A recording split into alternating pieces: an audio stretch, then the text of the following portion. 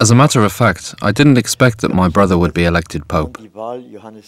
I recall the elections of Pope John XXIII, who at the time of his election was a year younger than my brother is now, and who was elected partially due to the fact that the College of Cardinals had only a few members, and mostly elderly cardinals. The current situation is absolutely different. The College of Cardinals is stronger than ever. Many cardinals are present in the conclave, and most of them are at the age when a person is still active and has energy. That's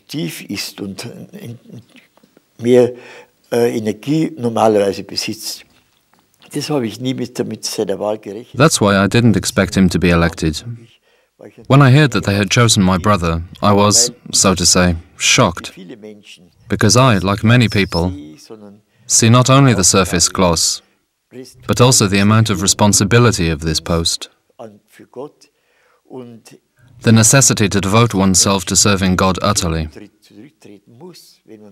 This means that ordinary human concerns are pushed to the background. This is necessary if one understands the mission of serving in the right way. This particular aspect worried me a lot. It wasn't easy to accept it then and there. It took some time to do so. But I think that now I'm totally open to accepting and realizing what has happened. Jesus prayed in Gethsemane, "Father, for you all things are possible. Remove this cup from me. Yet, not what I want, but what you want." And I prayed for this chalice to pass him by, so that he wouldn't have to fulfill this mission, so that God would release him from this destiny.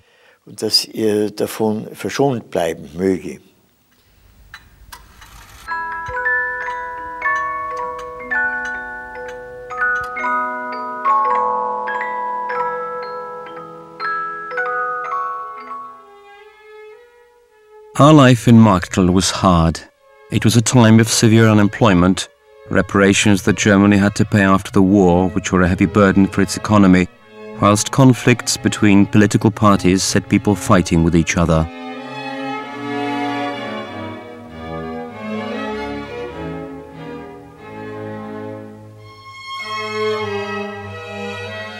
I was born on Holy Saturday, the 16th of April, 1927.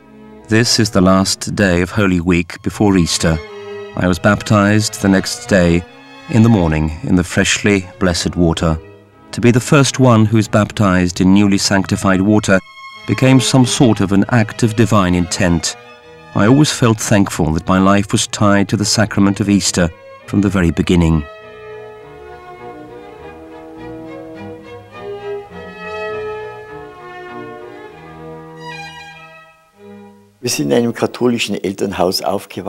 We were born to a Catholic family in which the spirit of faith, the Catholic faith, was alive. It was that spirit that determined the rhythm and the way of life from early morning till late evening of every day throughout the liturgical year. It is a faith in God, in Christ, who lives in the Church.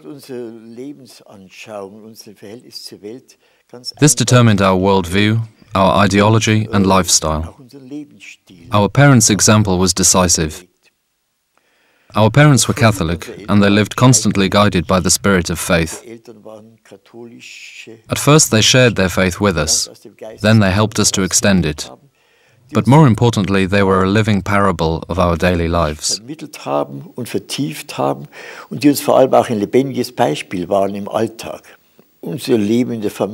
Our life was slow, unfussy.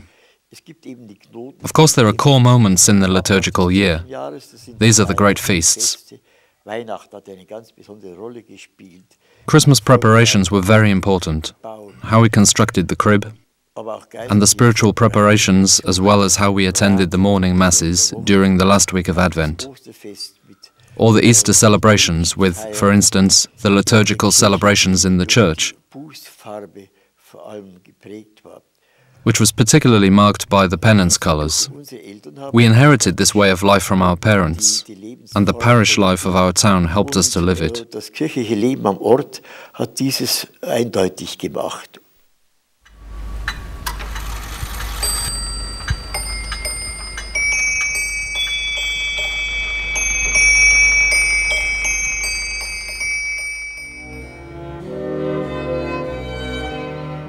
For us, there was something special in the fact that the Salzach River, the banks on which we lived, forms the border.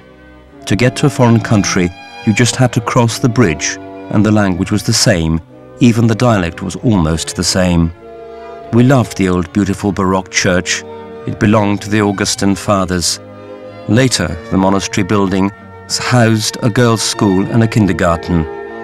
The most special memory I have of that time was the Holy Shroud of Christ, adorned with flowers, which was exhibited in the church from Holy Friday till Easter.